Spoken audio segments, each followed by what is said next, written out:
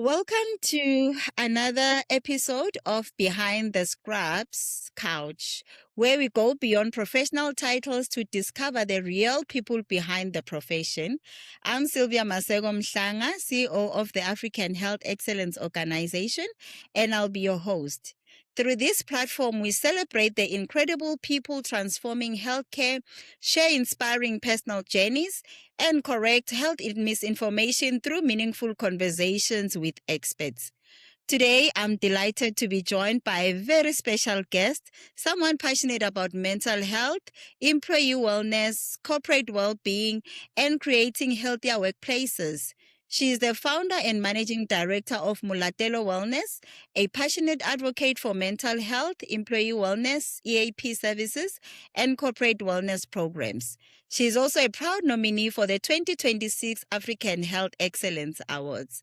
Molatelo, it's such a pleasure to have you with us today. Hi, Sylvia. Thank you for inviting me. I appreciate. Okay, and thanks for honoring our invite. So, before we dive into our conversation, please take a moment to introduce yourself to our audience and tell us a little about who you are and what you do. Thank you, Sylvia. I think you introduced me very well. I don't even think I can introduce myself the way you did. That was a beautiful introduction. But Thank to you. add on to that, yes, my name is Molatelo Elizabeth Sefoloshi. I am a founder and a managing director of Molatelo Wellness and again, Molatelo Foundation. It's a mental health and wellness company.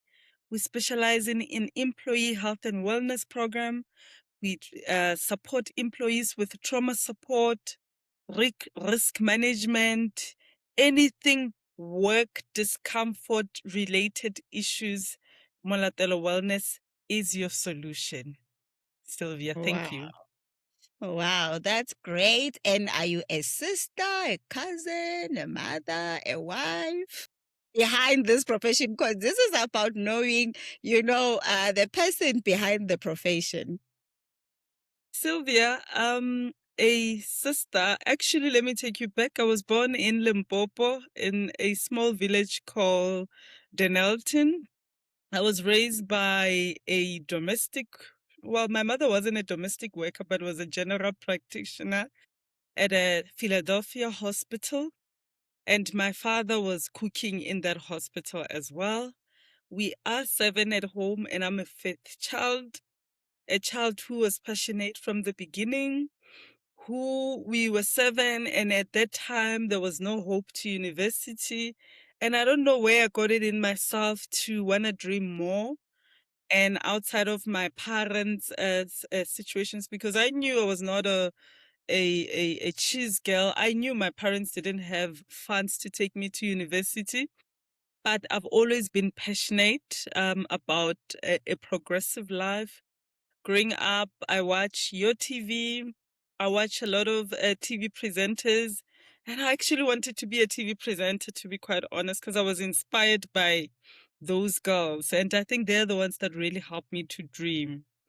Mm. And I was the child again, as a fifth child, who knew that home was not easy, but I've always pushed boundaries.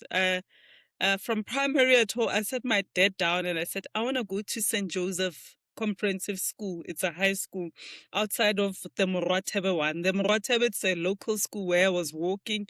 It was, I think, about 200 meters away. And from their high school, you would travel about 7 kilometers. And I told my dad I don't want to go there. And because he knew that this one, there's something about him, her. And then he allowed me. Yeah, I went to St. Joseph Comprehensive School. It was a better school, and I'm grateful that I went to that school because it was a school where back then it had, your police, children, it had your nurses, at that time principals. So there was a lot of motivation and inspiration, and that's where the dream for social worker started, because I've always been passionate, Sylvia, about helping people. I've never wanted to see somebody worry. I always check, are you okay? Have you eaten? And my Mm. love was for psychology, actually, not social work. And then through that channel, I work hard. I applied to go to universities, and I was accepted at the University of Johannesburg. And I set my parents down and I said, I am accepted. And my mother said, but we don't have money. And I said to my mother, find just a registration for me and I'll see what to do from there. And then indeed, at that time, she was separated with my dad, and my dad was no longer, they had their own issues, and he would just send me to my mom. And my mother, being a general practitioner, meaning that she was a cleaner at that hospital. To call her general practitioner, it's a fancy word. She was cleaning that hospital, but it wasn't a bad environment. She did so well with the little she got. 7 children. Here I am with all children. I said I want to go to university, and none of my siblings had gone to university. They've done well shortly after me, but I was the one that said I want to go to UJ, and she got me the registration. And from there, I remember going to Nefsus. It was Nefsus. I don't know if it's still Nefsus or Tefsus. And there was this guy with dry clocks, Zulu guy, tall, and he said to me, you look confused, what's going on? And I said, I'm in this university and I don't know how I'm going to do it. He linked me up to the offices, and that's how I applied for my my funding for my university. Then while I was in, I heard that the Department of Social Development is actually funding social workers. Then I changed from a social worker to from psychology to then to study social worker. Oh. Yeah, they're similar because I did study psychology till my third year, but I just specialize in social work, meaning that I knew that to be a psychology will take me longer, 7 years, and my parents don't have those privileges, and that is why they're a social work. But it's the same, and I'm glad that I'm still doing something that is similar to psychology because I'm a clinical social worker. No, that's interesting. And I guess, it's actually a story of most of our African sisters Yes, and brothers, whereby, yes, you yes, attend school with the bundus and you know that your parents can't afford university. So yes, sometimes when you have, that very big dream, sometimes, reality reminds you to say, Anna, dream smaller because you know your exactly. situation at home. And yeah, thank God that the sacrifices that your dad made actually paid off because Ms Molatelo, it is so painful that our kids these days, the parents will, starve themselves and take them to these nice schools and they demand iPhones and all these gadgets, and after matric, or only to find that they don't make it, beyond matric. Others, they don't even pass matric Yes, because, their focus was just about trending and being on social media, not yes. understanding, the sacrifices that parents are making. So well done on making your parents proud. Yes, yeah, that was my journey. And yeah, and I worked hard, and I finished my social worker, and I worked for the Department of Social Development. And yeah, and then, yeah, I served within 2, 3 years. I was demotivated. I didn't really like the space. Because there wasn't enough growth for me. I just really felt that there's no challenge, and I need greener pastures. I need to challenge myself. And that is when then I found Molatelo Wellness. At that time, I didn't even know what I was doing with it. I just said I'm gonna open a company and then we'll take it from there. So I birthed Molatelo Wellness 2015 with no idea of where I'm going. But then, while I was practicing for the Department of Social Development with lack of motivation, I said to myself that I am not going to allow this space to break me, or to not grow me, not break me per se, but to not grow me. I'm going to open a private practice, and that's where then it started. Then I started Oh. working in yes, very small offices in Randburg because I was working for the Department of Social Work, Social Development. based at the Randburg Magistrate Court. And then again, even that space was much more inspirational in terms of looking at your colleagues. They are lawyers, they are magistrates, and it really pushed me again to say, oh, outside of being just a social worker, because social worker is one of those qualifications that really people don't take them serious, and meanwhile they're very important. But I pushed myself, and I really wanted people to really respect me. And even when I was in court, I made sure that they really respect me and my colleagues. And then I started practicing 2015 as a clinical private social worker, where I then was affiliating for different employee health and wellness companies. Yeah, so I don't know Wow. if I should carry on, Sylvia, because I talk too No, much. please hold that thought before we go very deep. I want us to start with our famous behind the scrubs quick fire round. So here there's no overthinking, okay? Coffee or tea? All right. Mm. Are you a coffee or tea I'm a T. person? Oh, I'm a okay. T. Early bird or night owl? I'm a 5 a.m. club girl. I hit the gym at 5 o'clock. So 4:30, I'm Wow, up. that's my dream, eh? And are you a beach Every holiday day. or It starts here, mountain? Sylvia. Yeah, So yeah, for me, should it's definitely yes. start. That's true. And are you a beach holiday or mountain getaway kind of a girl? I'm sure if you were to follow me on my socials, you'll see I'm a mountaineer. I'm a hiker. And I've Oh, hiked wow. almost every different countries of South Africa. Beach, mountains, beautiful mountains. I'm a mountaineer. That's great. And are you an introvert, extrovert, or somewhere in between? I'm somewhere in between. I love people. I love engaging. I smile with Sylvia. I mean, Sylvia just met me today, but it feels like we've known each other for a while. So I'm that Yeah, kind yeah. of a person. But at the very same time, I'm a loner. You'll find me in my little corner, enjoying my space. So I do an appearance, make you happy, and then I go back to my space. That's great. And what's one food you could eat every day? Ooh, okay. I'm not a foodie person, but what is it that I would do? What a question, Sylvia. What is it that I would eat? I love my fruits. Let me tell you, Mm, Sylvia, I don't know. Even I've got a son. Sorry, I forgot to tell you about my son. Yeah, I've got a mm, 12-year-old son. That boy was raised by fruits when I was pregnant. So I love my fruits. I cannot not go with a fruit a day. mm. Wow, that's great. And if your friends described you in 3 words, what would they say?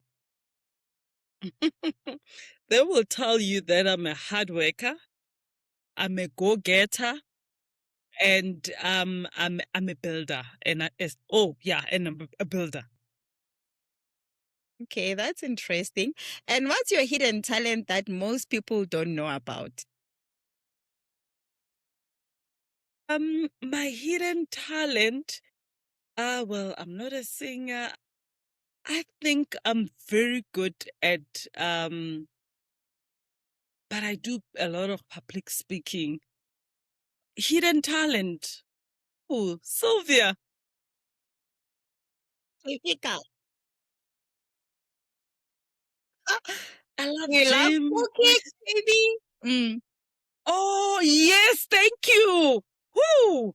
Thank you so much for that clue. Hidden talent too, hey? Yeah, so I know. Oh, cooking Thank is you just. so much for that.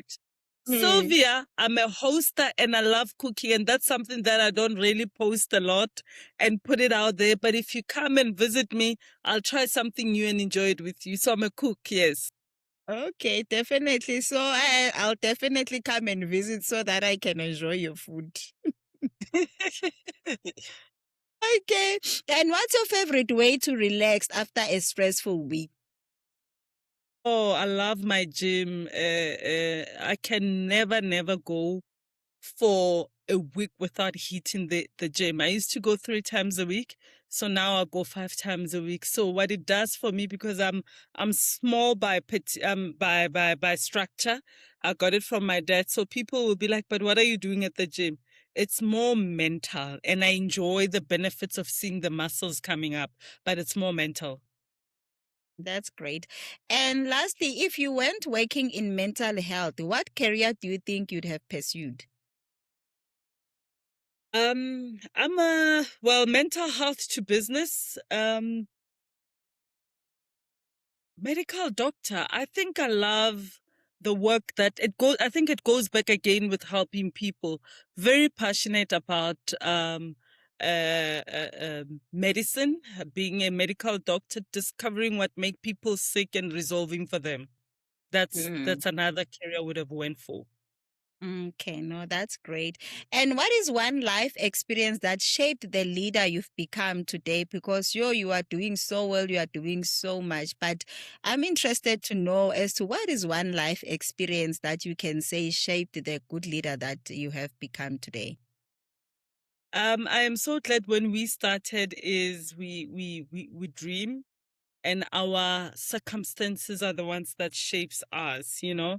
A rural girl to going to the University of Johannesburg back then was Rao, to making it as a graduate to making it as a social worker.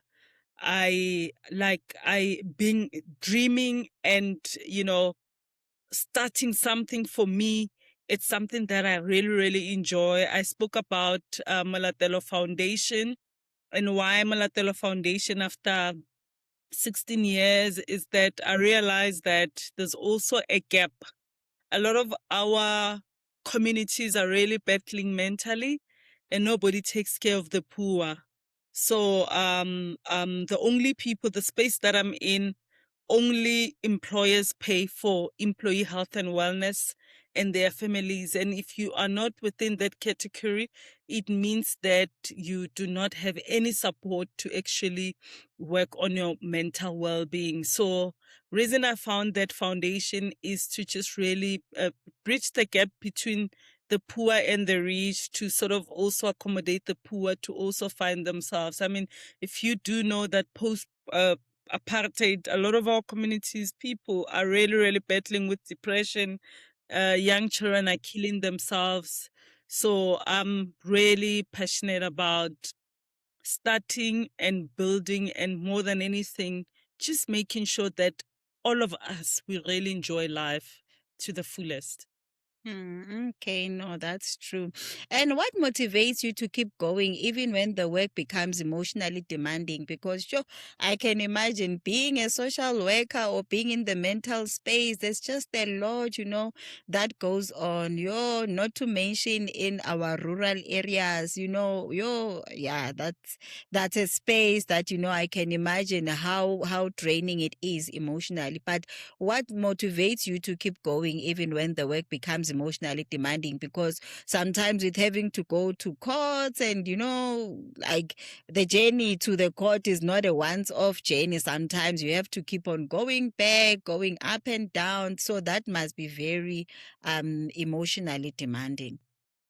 Yeah. What happened to me is after I actually found Malatero Wellness, I resigned at the Department of Social Development to then become a mental health and wellness specialist, meaning that I was specializing in employee health and wellness. The practice really loved me because I was getting referrals from different companies that were bringing their employees that were battling mentally.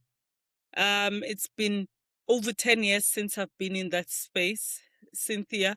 I must say that head people will break people. So that's something that I've discovered while in the journey of helping people.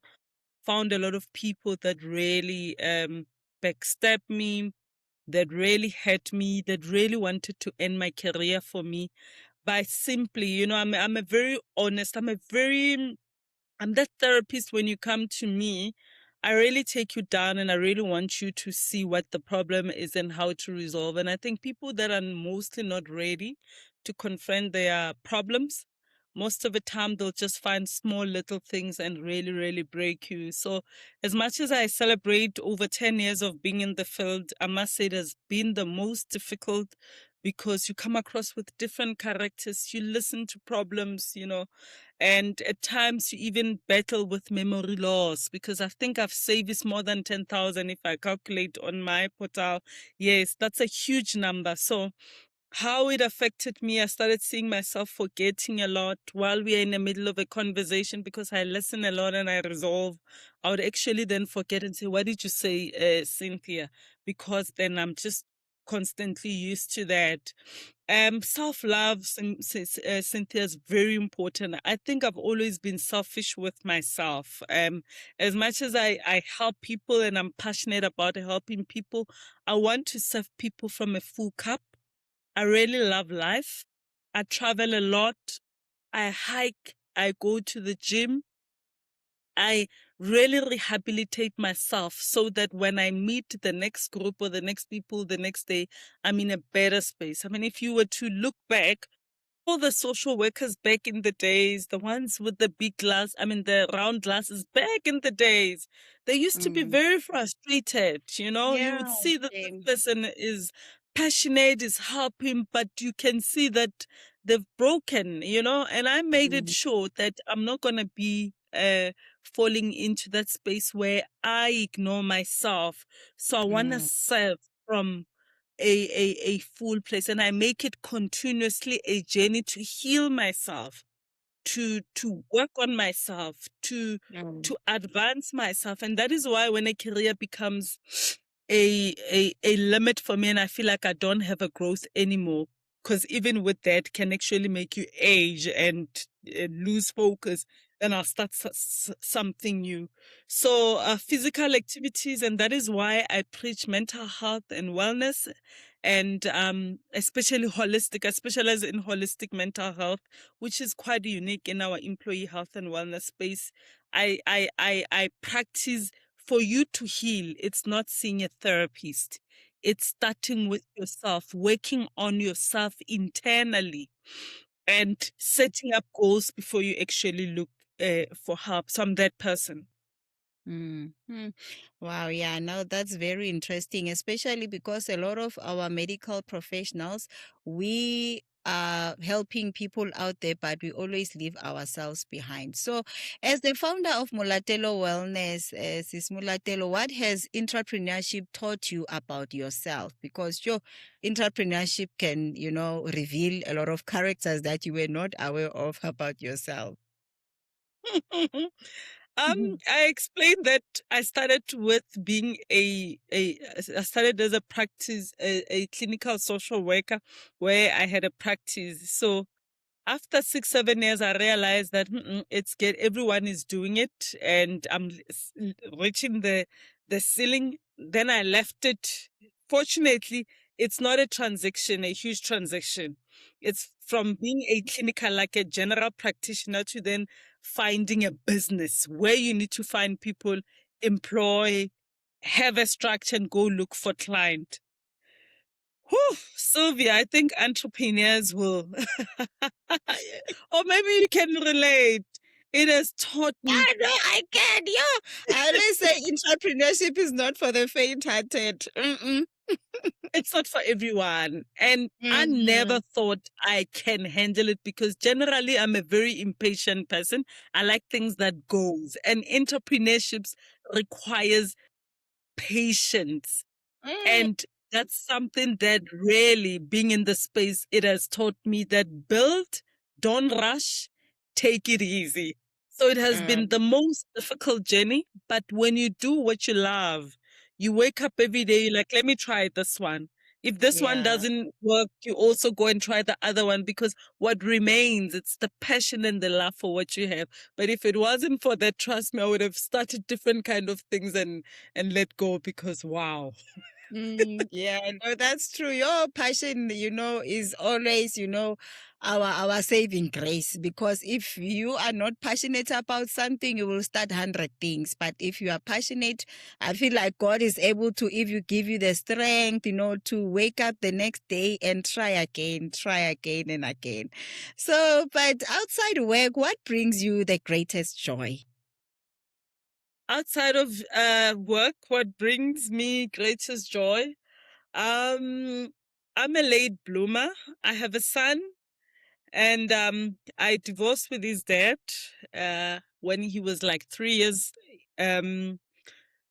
old. Wonderful person, but unfortunately, that relationship wasn't for me. And building a company took a lot for me, meaning that I missed the opportunity to actually get married because I was building from university to being a social worker to then now starting a company. I didn't have time to watch TV. I didn't have time for friends. I've always been serving people. If I was to show you my calendar for the past 10 years, client after client, and when you get home, you are extremely exhausted. So in my late 30s to my early 40s, because I'm turning 40 next year, is I found somebody I love, somebody that he has been around, that he found me at the right time, and we started, working together. We started traveling. We started Mm, enjoying each other's time. I think outside of my work, I enjoy this relationship, that mm, it has made me look away from just being this independent, hardworking woman to then coming to a space where you get to be loved. So I've just been enjoying being loved by somebody that I met that has been my friend for years. And yeah, so that's a beautiful thing that I'm enjoying right now. mm. No, that's great to hear, Molatelo, because I'm wondering, do you think marrying young is dangerous? Reason being, sometimes I feel like when you marry young, you marry a potential, and it's even before you discover yourself and your purpose.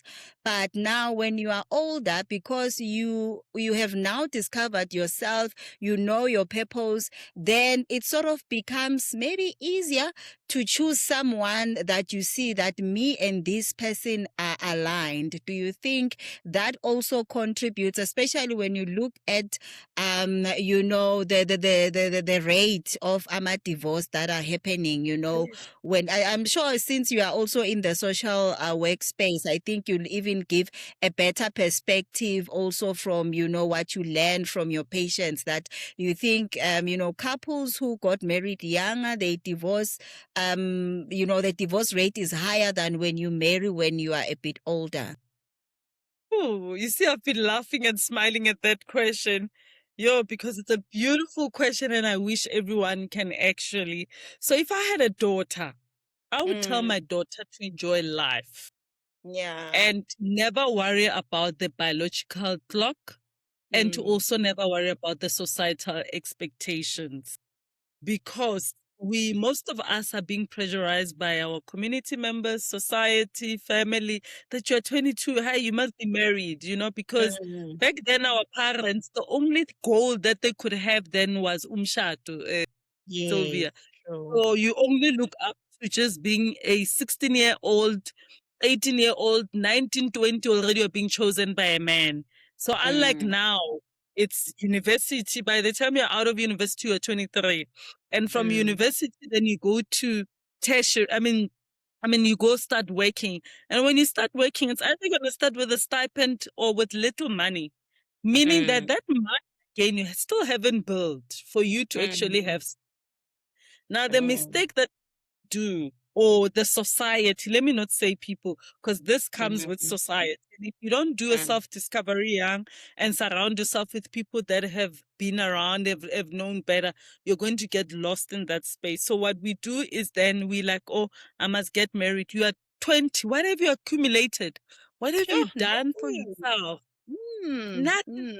You And you and you see even enter into what's this marriage abantu abamnyama? community It's the what's community of property. property. Yes, because you feel like, but I don't have anything, so why worry? I mean, very automatically, it should be in community of property. So, yes, exactly. I mean, who are you at 20? You cannot even describe yourself who you are at the age of Mm, 20. So, mm, I would advise people to actually find themselves. So, my son's dad married me. He actually paid lobola. And mm, within 2 months, I knew that I'm going to be miserable. And mm, I knew that he was not ready to let me go. And I knew I had a mm, son. But I realized that if I remain in this structure, Sylvia, you would not be with me today having this conversation with me, because I would yeah. have been in that marriage and forgot myself and gave it all. And what I did was to be selfish with myself. And I think I told you that I'm very good with, taking care of Mm, myself. I decided very young that I can't do it. And I didn't care what the society said, whether when I'm mm, with my friends, they say my husband this, my husband that. That didn't mm, do anything to me. I chose myself. And that is why when I was like 35, I could understand, who am I? What do I mm, want? mm, And that is when then now, even with finding a relationship, I'm finding a relationship after 10 years of building, of mm, accumulating success for myself and my son, have a mm, beautiful home for myself and my son. I've built for my son. And that mm, person has also built. When we come, we know what we want. We protect what mm, we have built. And then mm. we accompany each other to this life thing. And yeah.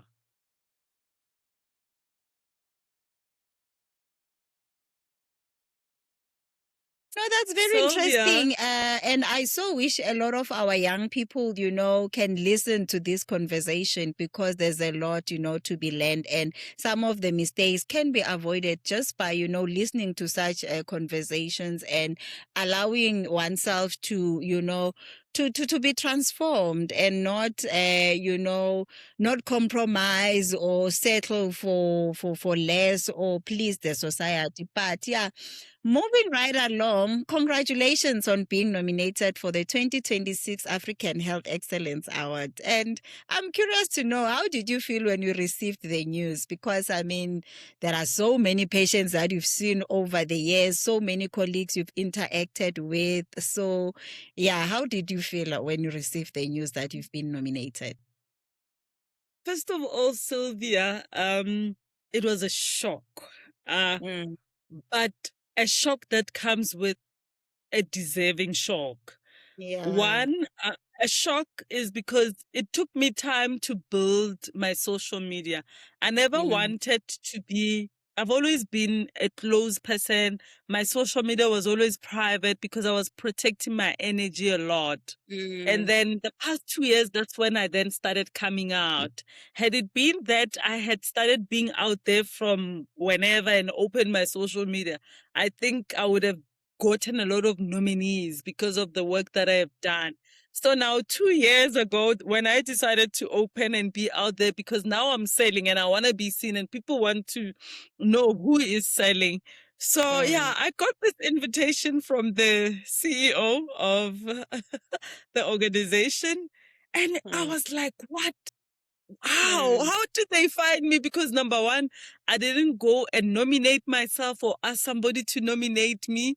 So I mm. was very proud, and I really felt that a lot of people, I mean, if you were to go to the banking space, especially in the North space, in the government, I've helped a lot of people. So they would actually second this nominee.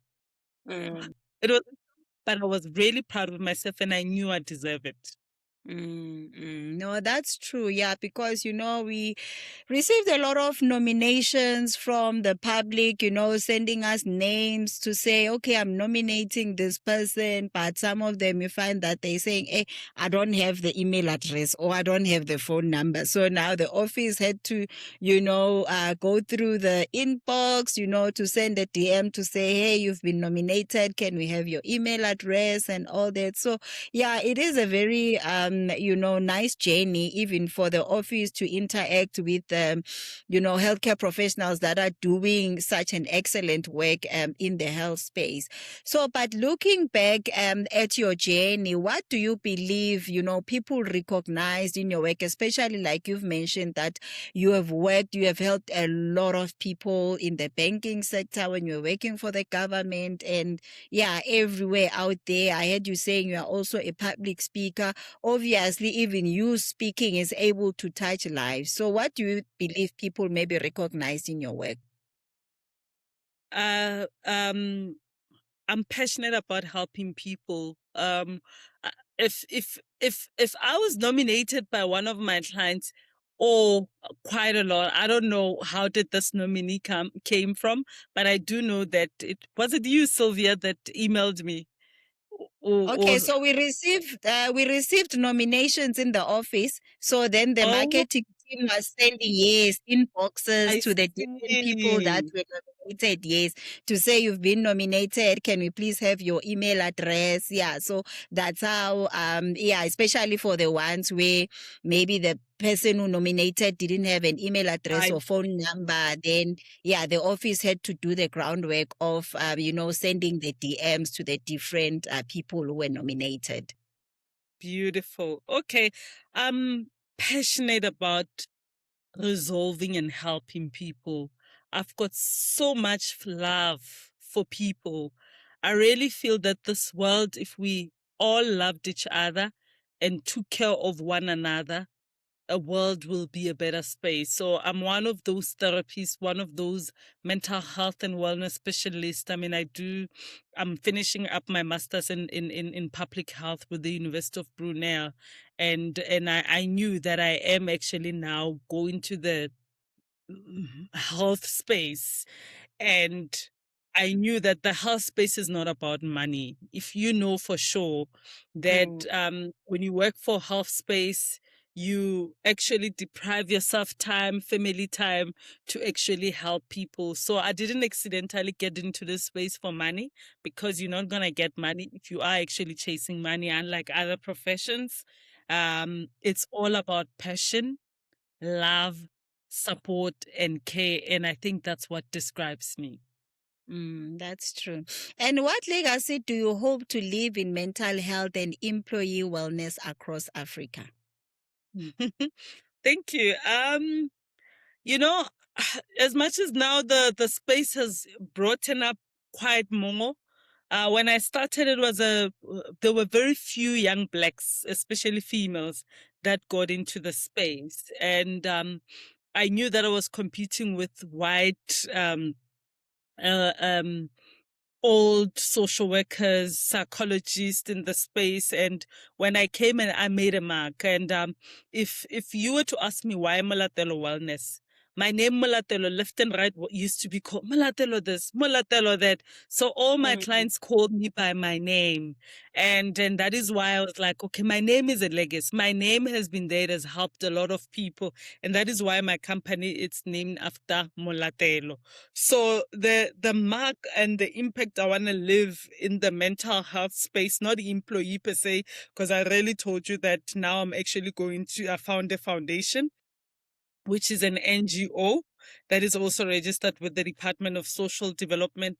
I want to age helping people mentally. I want to be known. I want to have a building that says Molatelo Wellness, and that building, whether it's a clinic, whether it's a library, whether it's a huge university that is named after me, that's the legacy I want to leave. And I want to see people actually expanding and making sure that they live by the name and continue to work for people. So that's the legacy I want to leave behind. Oh, wow. That's very interesting. So now, Mulatelo, let's play fact or fiction. So I'll mention a statement and you tell us whether it's true or false and explain why. Are we ready? They didn't warn me of these little tricks. This one is very, very easy and straightforward. Trust me, it's around mental Okay. health. All right, Sylvia. Okay, so the first myth is mental illness is a sign of weakness. True or false? And explain why. Sorry, let's repeat that again. Sorry, I was just away Mental again. illness. So the myth says mental illness is a sign of weakness. Is that true or false? And explain why. It's false. Nobody chooses to be in that space. Situations really help you to be there. So we can't describe it as a weakness. Weakness meaning that you do have a choice, but you choose not to. So mental health is when mental illness is where you do not have support and you are out of control, and we cannot call that a weakness. Okay. And the second myth, if someone is smiling, they can't be struggling with depression. True or I false? actually false. Mm. I actually find people that mostly smile, people that help Mm. people, that are always happy, the guards that are welcoming, you know, are the people that actually suffer the most, but they suffer with that smile. So, yeah, so a smile does not say that you are mentally free or you don't suffer from depression. Okay. And the next myth is burnout is just part of working hard. So, like, you are one of the hardest working people I know.